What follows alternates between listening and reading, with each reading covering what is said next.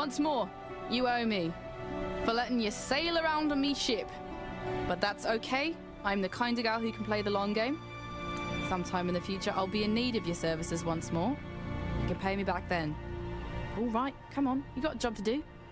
Lives to save, goals to kill. Better get to it.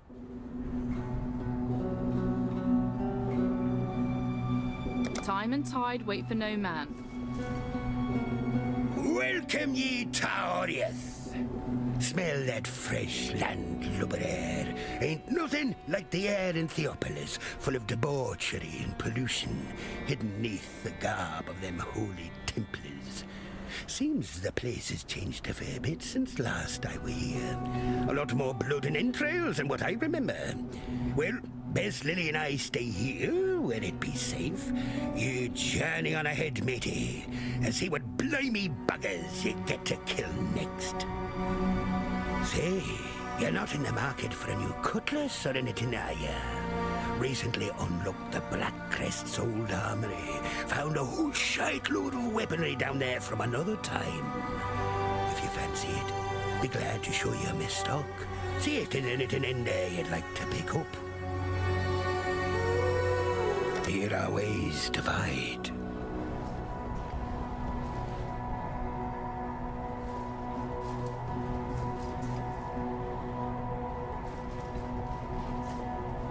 The prodigal returns.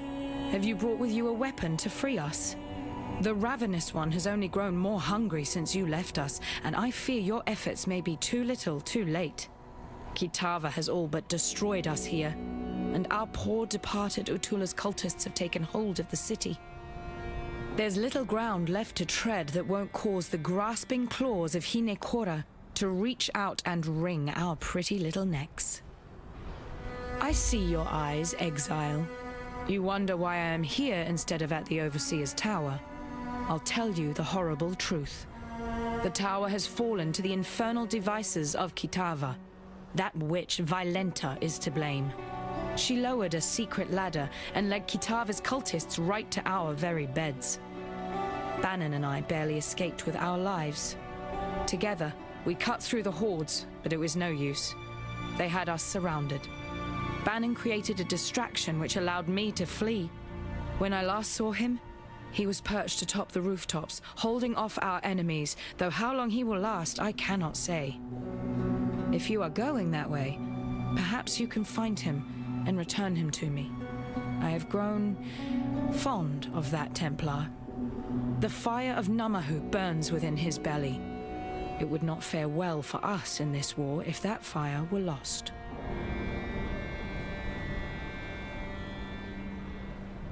Remember, we do this for freedom.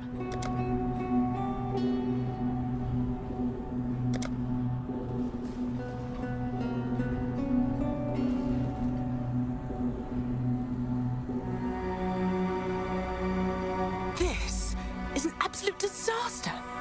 I am Davinia, Adjunct Archivist of the Templar Order. I've returned to Oriath to perform some critical research, but the whole city is in chaos. I've heard the people here talking about you. Now, if you're going into that madness, I have a favor to ask of you. Most of the Templar's secret archives have probably been looted or burned by now. But there's one trove only the Master Archivist and I knew about. It's hidden within my Order's ossuary. Now, if you can, please, go there and search for a particular tome. It's called the Mortonomicon, and supposedly contains everything the Templars know about immortality. I know you're dealing with Kitava and his cultists, but this may be just as important in the long run.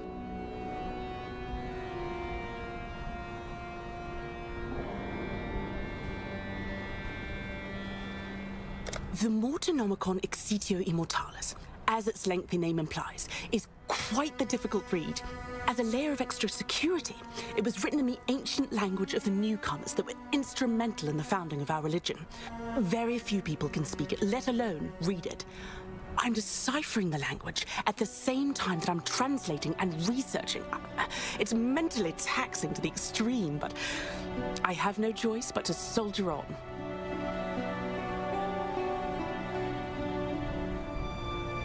In all my research, and believe me, I've done more than most, I've still never been able to figure out who the newcomers truly were. They learned our language, but theirs has been mostly lost over thousands of years. It has a completely different grammatical structure, too, so translating it is a slow and difficult task. If only I could find that elusive shrine. It's all on fire. It's absolute madness. My heart aches for what they've done to my home, but I have a duty to perform.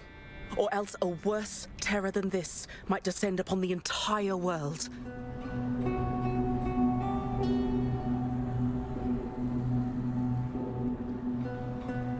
I don't know her very well, but she seems very determined. I hope she survives all this.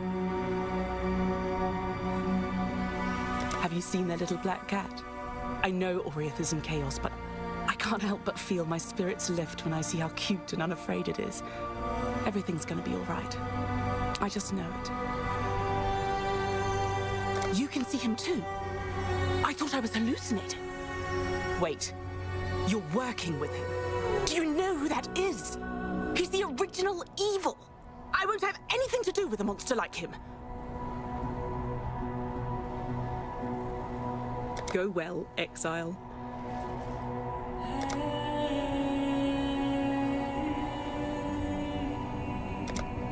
It is good to see that you survived, my friend. But then, you have fared far worse. The froth of a violent ocean should be no problem for you.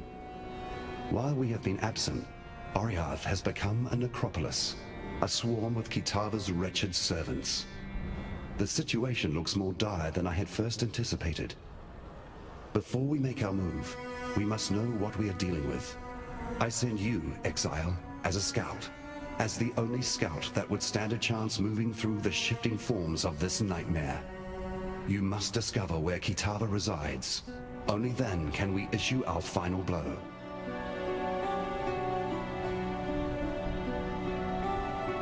You needn't fret. The Dark Ember is still safely in my possession, and will remain so until our final confrontation with Kitava. That carnivorous blasphemy will fall like a log cut from the darkest of forests, and we shall watch him burn as Oriath and the rest of this world breathes a sigh of relief. Aside from my own presence, I no longer feel the vibrations of other gods. Though there may yet be more out there, for now, Rayclass can breathe a sigh of relief. However, we must turn our sights to Kitava, who still gorges himself on those poor souls trapped in Oriath. You have drunk your fill of my kind. The essence of deity courses through your veins, waiting to be expunged upon a chosen victim. We can only hope it will be strength enough to face that demoniac of a god. Lillyroth is a noble... how do you say it? Scallywag? I have witnessed the rise and fall of many great men and women over the eons, and Lily is well on her way to being amongst the very best of them. I suspect one day her name shall be sung in salty taverns the world around. I must remember to keep on her good side, now that she can see me. The beautiful pirate princess hunting down the great god Sin would make for a fantastic tale, I'm sure. But one I would rather have remain in the pages of fiction. Remember, humanity needs us.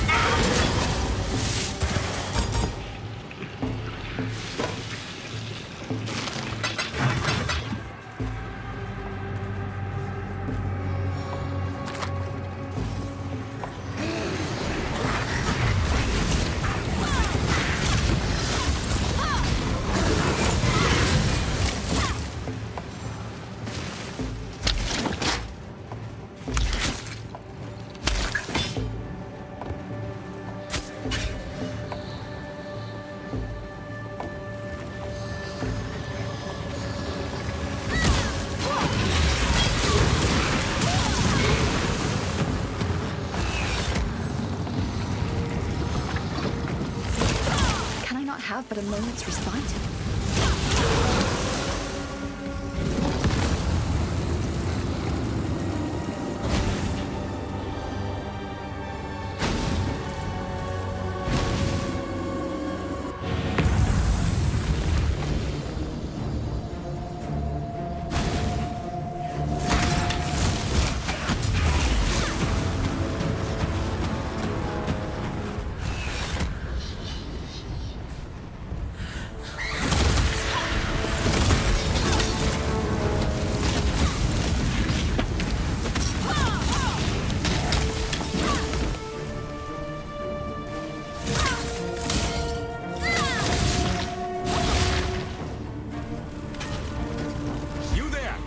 Exile! I am in need of your services once more. Help me!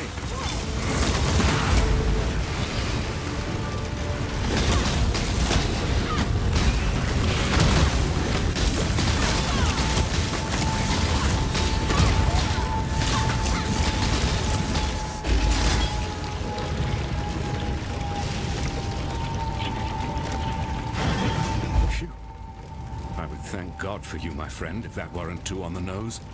I felt for sure that this time it was my turn to depart our world. Kitava's cultists surrounded Lani and I a while back. We split up and I led a distraction so she could make best her escape. Funny, I really should have considered my own plan for evasion once I'd allowed her hers. In any case, it is good to see you again, Exile. Let us talk more in a safer space. I shall meet you back at the docks.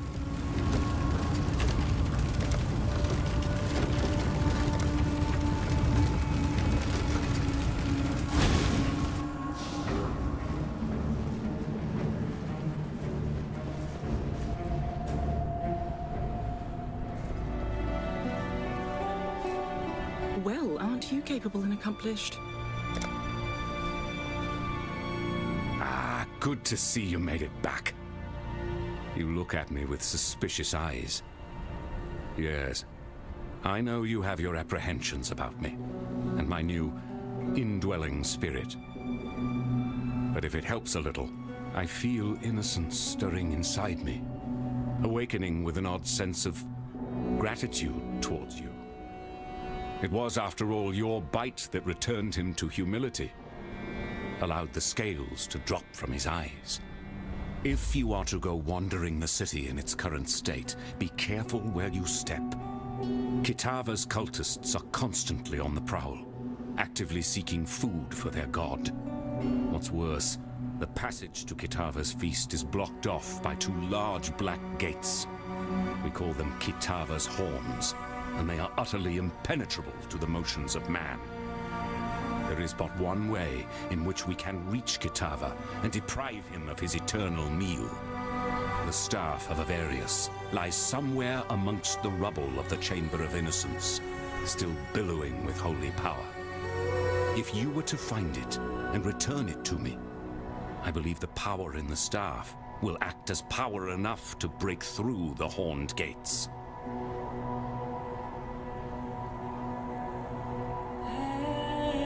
Good luck out there. Bannon is alive and well. In no small way thanks to you, I would be willing to guess. Without him being here, I would have lost my sanity or my life a long time ago. Take this gift as a token of both our appreciation.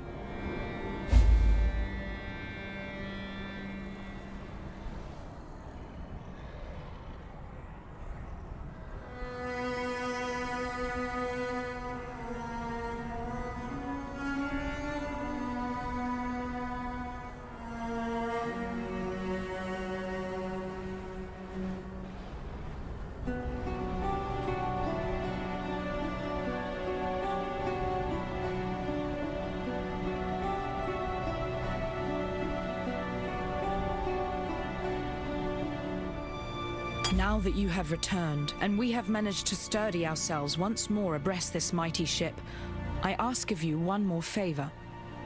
Find that traitor Violenta and kill her. Though I wish to see her dead as revenge for her insurrection, Violenta has become something far worse under the radiation of Kitava's gaze. She must be stopped.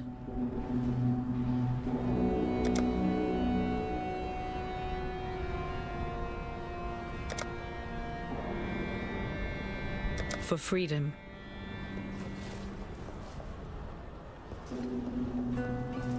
Then it is as I feared. Kitava's strength has grown insurmountable in our absence, and his horns now deny us entry to his feeding trough. Evidently, the hungry god has grown picky about what crumbs now travel towards his burgeoning throat. It is this strength that concerns me. I have spoken with our friend Bannon over there, a willful vessel of my misguided brother. I knew eventually we would need to enlist my brother's services, though I had hoped we need not do so this soon. Yet, it seems that we have no other choice. We must invoke my dormant brother, slumbering within Bannon's frame. Kitava's horns are a thing of great corruption, which only Innocence's purity can dispel. Before we proceed, I feel I must confide something in you. Bannon wishes me not to speak of it, as he is willing for the sacrifice. However, I feel you should know. Once we invoke Innocence, once we dredge him up from his cocoon inside the soul of Bannon, the man shall cease to be. Only the god shall remain. Do you understand what I say, Exile? If we take this path, Bannon will die. Excruciatingly so. Burnt with purity from the inside out. As I said, Bannon is willing to commit his life to this cause. But perhaps you should say your farewells before we move past the point of no return. Goodbye.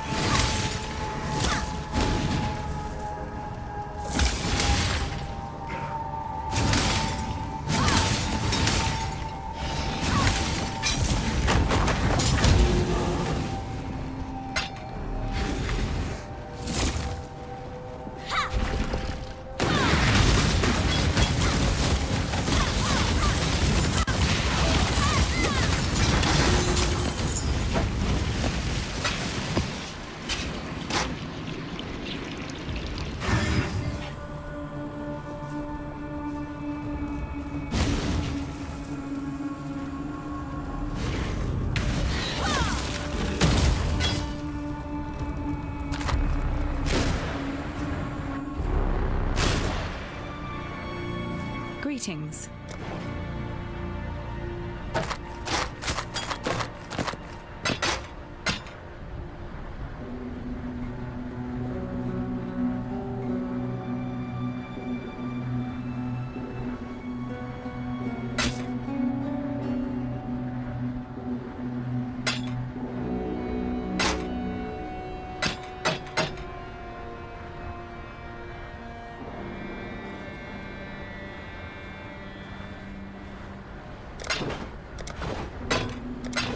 Remember, we do this for freedom.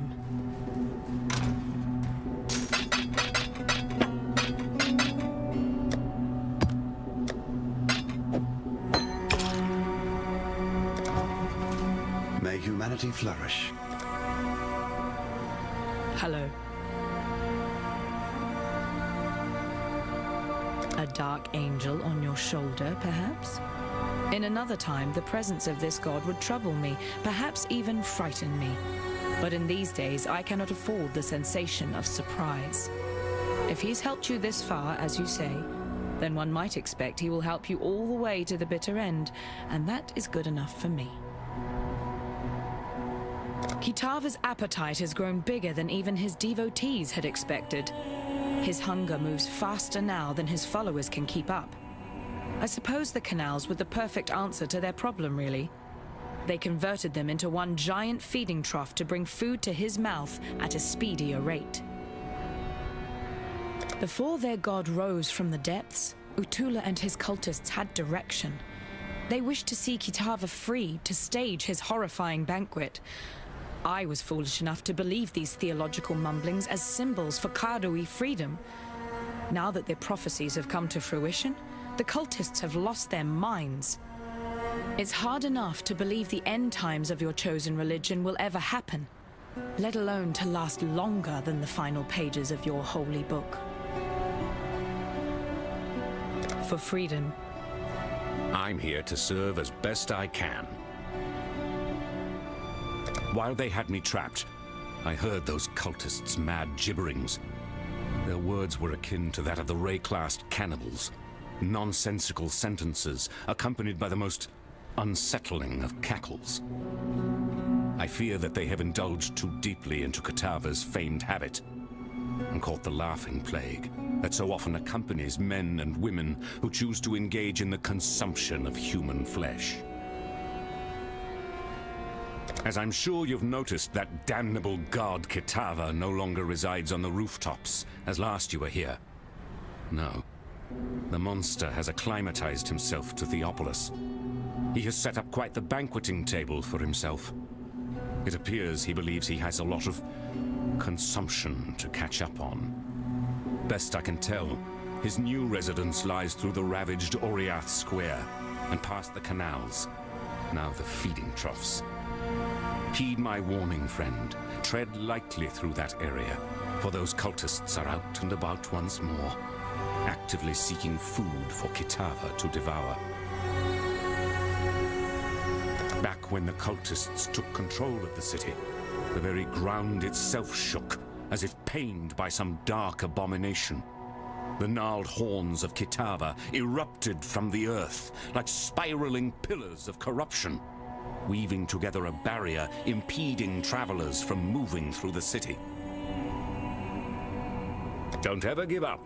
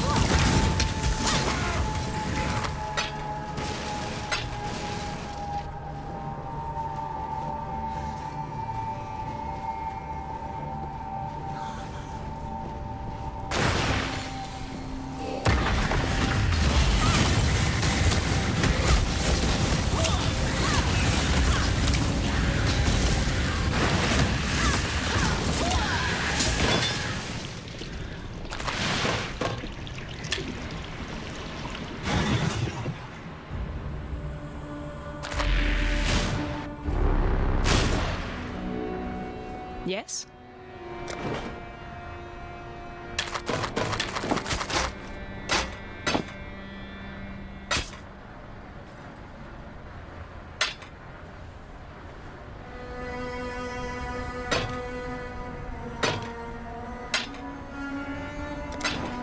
For freedom. We live in interesting times, all right. I wouldn't blame you for being curious about the god now dwelling within me. In truth, I'm honored to have been chosen to be Innocence's vessel. You may hear this and think I sound like a pious Templar fool, but it is hard to remain an unbeliever when the gods walk around you, and indeed one sleeps inside you. No need to fear, however. Our poor purity god surely regrets the actions of his past. I can't see him, but I can feel his spirit, wounded and cowering somewhere inside me. At night, I hear him whimpering over his wounds. I must say you hurt him good, but as much as I feel his pain, I also feel a budding newness in his heart. He is growing again, and relearning the compassion for humanity that he had long since lost. The Chamber of Innocence is exactly where you left it, though cultists and vandals may have had their way with it since last you visited. Innocence himself no longer cares for the place. In fact, I feel a pained revulsion for it, hence why I cannot go myself. But I'm certain you are more than capable of forging a path through that broken temple once again. Good luck out there.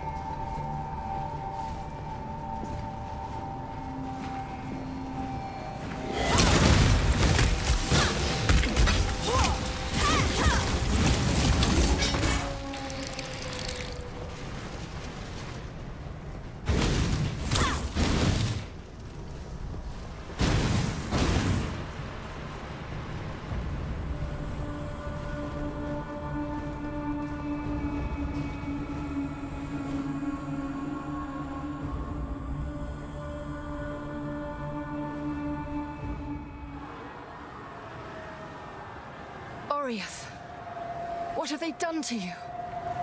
This nightmare must be put to an end.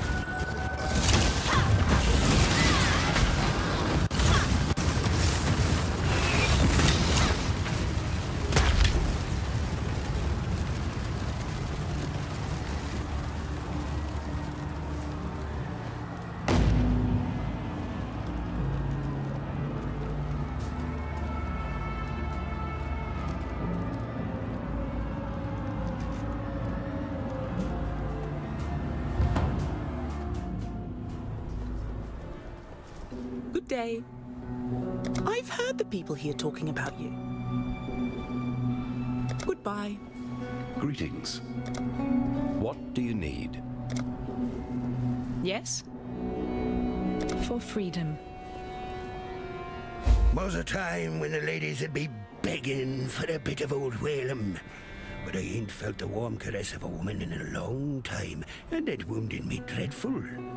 During my time on the sea, I heard tale of Queen Exile and her penchant for using this land as a kind of vault for all her special shinies. One such shiny be her famed love potion, supposed to attract the drinker's ideal mate to their loins, even if that mate be far across the sea. Old Queen Exile kept the liquid in the skull of her favorite lover. Them damn Templars probably got their hands on it by now, and the potion's bizarre container has me thinking they probably went and tossed it into the ossuary along with the rest of the bones they got lying around. Exile, be you the friend I believe you to be, then find the potion for me so that I can experience true love once more. Ah, see ya, chum. Now that the Brine King is nothing but crab meat, his sunken domain, the ancient city of Sir Arthur, is ripe for the plundering. My granddaddy once dedicated a good portion of his sailing life trying to hunt down the location of that monolithic city. Then, while he were otherwise indisposed, yours truly tried to follow in his gnarled footsteps, track down the teardrop, a pearl as big as your head, carved with the clues to the city's subaquatic location. I was this close to completing me grandfather's legacy when those damn Templar privateers raided me ship and took off with the teardrop, threw it in their reliquary here in Theopolis. As it were, now's the perfect time to retrieve that dazzling pearl. Think you can nab it for me? I'll make it worth your while. Maybe tickets off the list of things you owe me. Every cell-dwelling lad or lass knows of Sir Arthur. They call it a city, but more of a slaughterhouse than anything else. Old Salty himself ruled over the place, treating its citizens as morsels from his own personal pantry. Those who weren't devoured outright were picked to try continue his family line. They became fishwives like that pretty young Nessa near ended up being.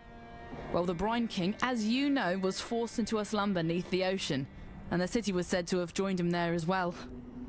A few folk managed to flee from the collapsing coral shards, start new lives for themselves, but I'll be reckoning they left all their valuables behind. We're a long time ago now. Them privateers took the teardrop, threw it in the reliquary, then took yours truly and threw me in those goddamn slave pens. Far as I can tell, they never did work out what the teardrop were for. Lucky me, I suppose. It was tough, but with the help of a few other undesirables, I managed to find me way out of them pens and into the reliquary. Made an attempt to burgle back what was burgled from me. Boy, did we sure underestimate the size of them guards the Templars had on the place. Only I managed to escape unscathed. My accomplices weren't to be so lucky. They ended up in Ray-classed, much like yourself. Fact, I believe you may have crossed paths. Creighton? Elira? Oak?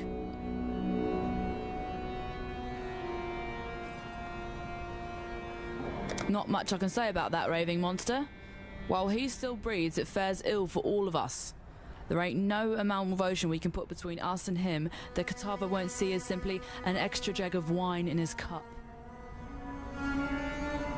Time and tide wait for no man.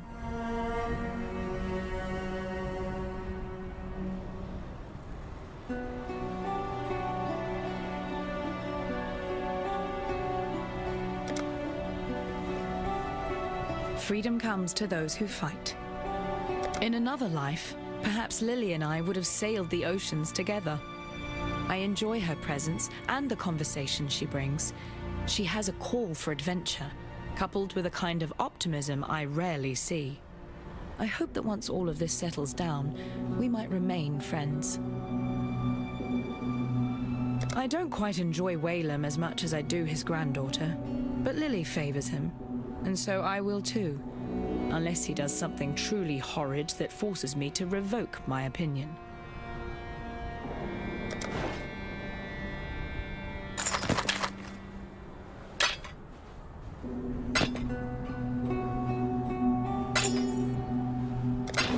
Remember, we do this for freedom. Good tidings to you. That Bannon's a real siren if you ask me. Even after the beating he's taken. Bulging muscles, pretty yellow hair. I'd be willing to bet the barrel of his piece is longer than a ship's mast as well, if you be understanding me drift. It's a shame in all honesty that he's one of them foolish holy men. Though even that ain't so bad. Lily Roth loves herself a challenge. Time and tide wait for no man. Who there? Now, there's a woman who can hold her own. Oh, hey, look at her. A marvelous specimen of the female persuasion. Aye, reminds me of Meredith, me long-lost sweetheart. Oh, would it be that I could have a woman like that at my side once more? Someone to stare out over the bow into the salt spray of the sea with. Someone to warm the cockles of me heart. And a few other things in my bed at night. Oh, yeah. Now that'd be the dream.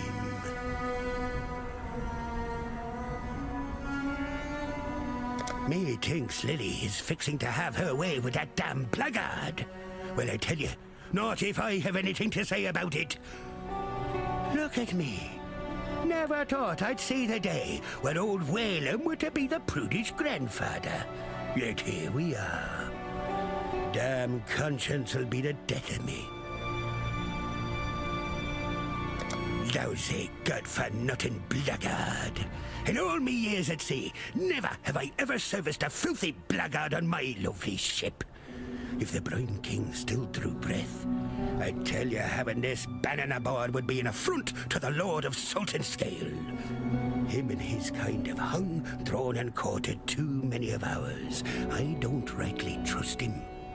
Not at all. Fair winds and calm seas. What do you need?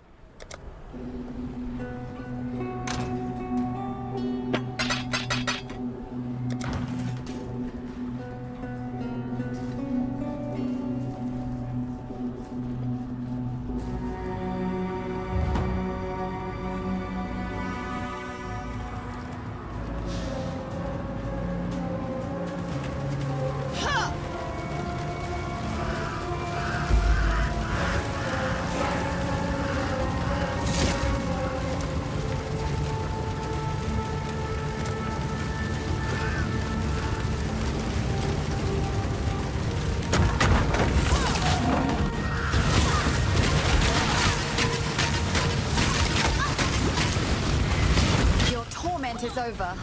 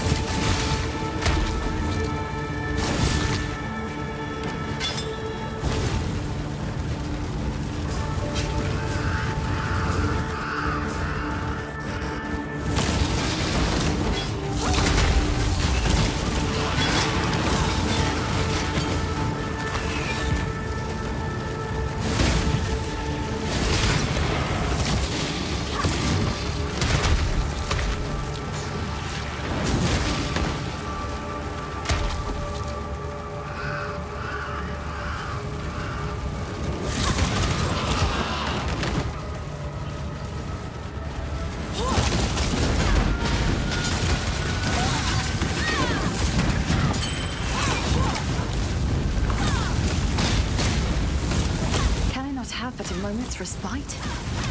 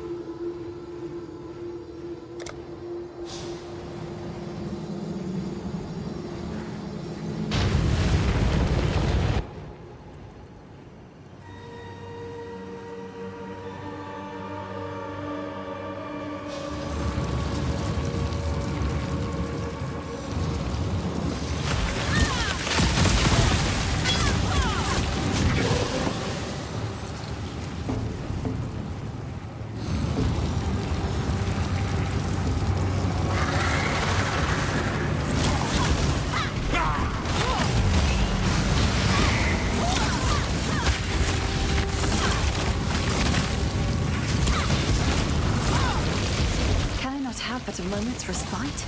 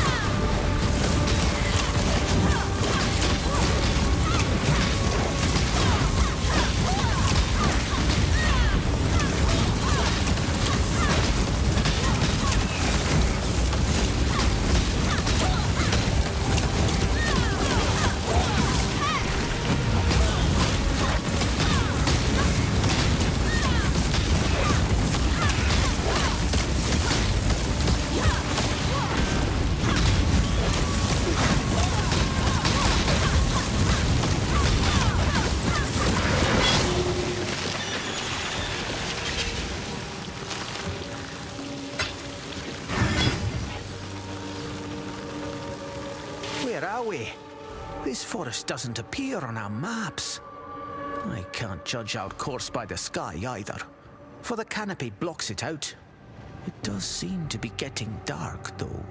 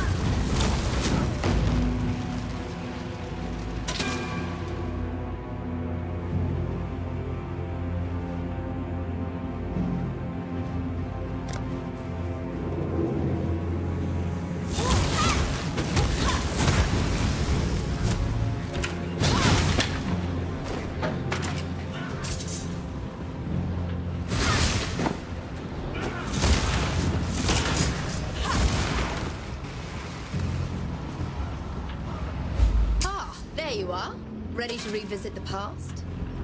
The more you kill, the more you change my map. It's time.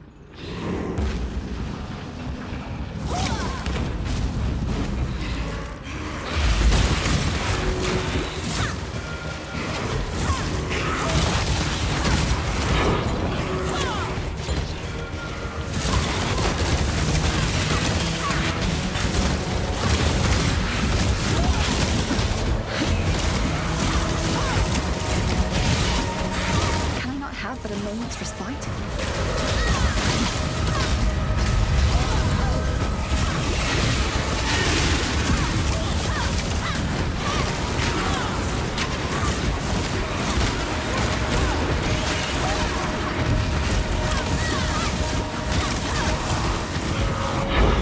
Good job.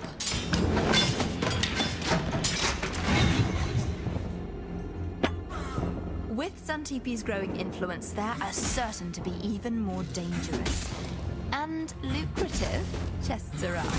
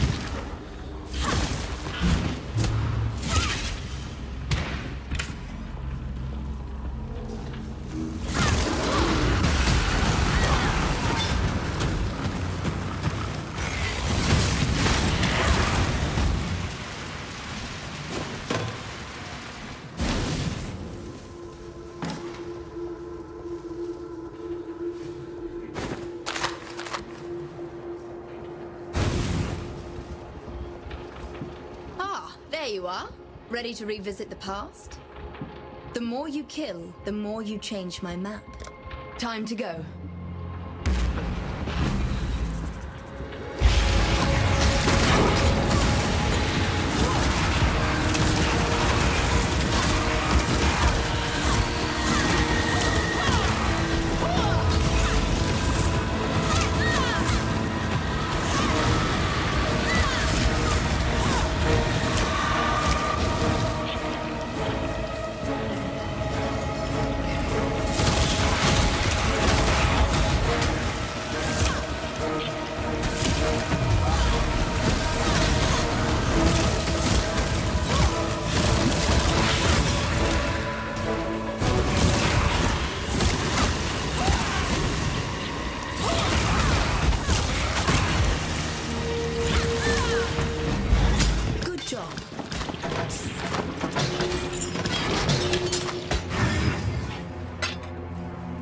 too much baggage.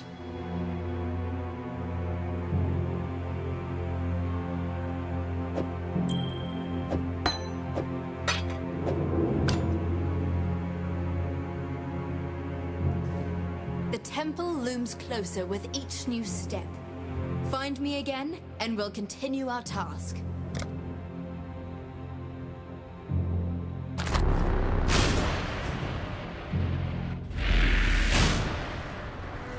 Freedom comes to those who fight.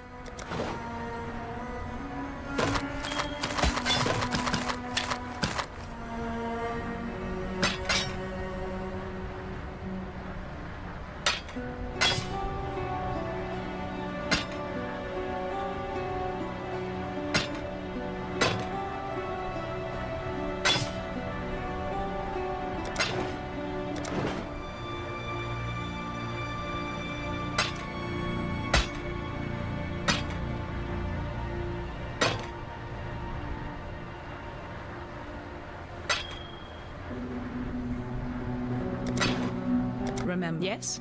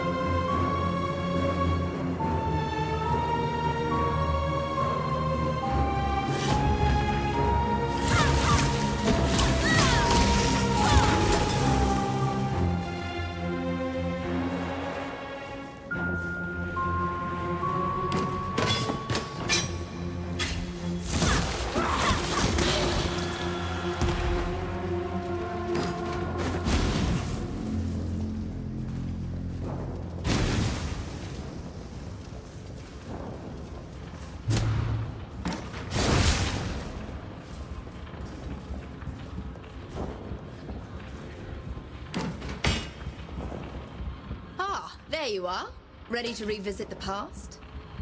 The more you kill, the more you change. It's time.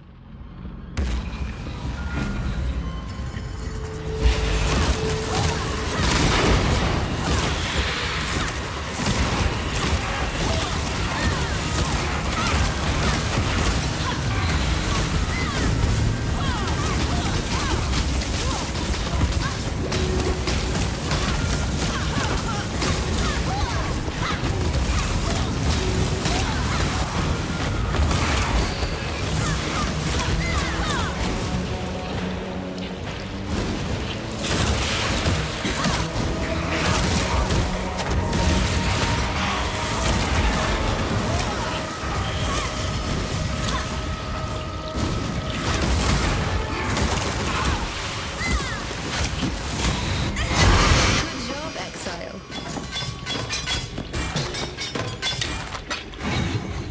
You've made space for the architect of the Horde to keep his finds. The temple looms closer with...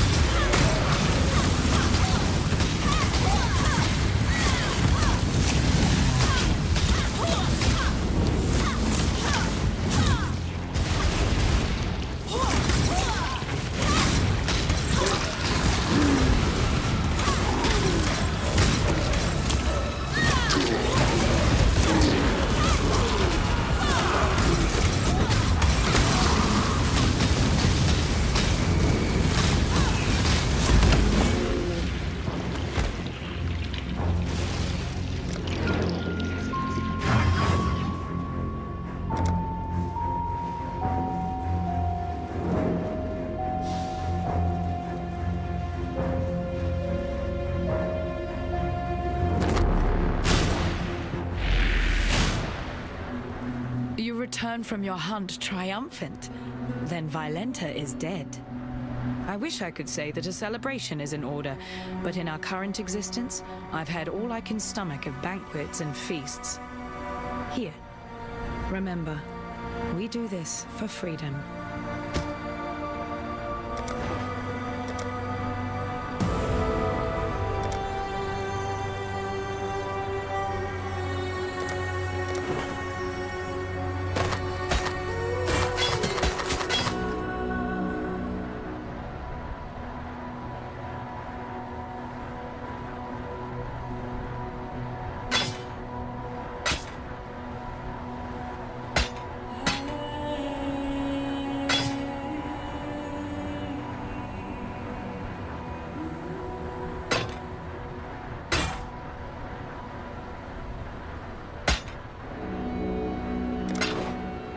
For freedom.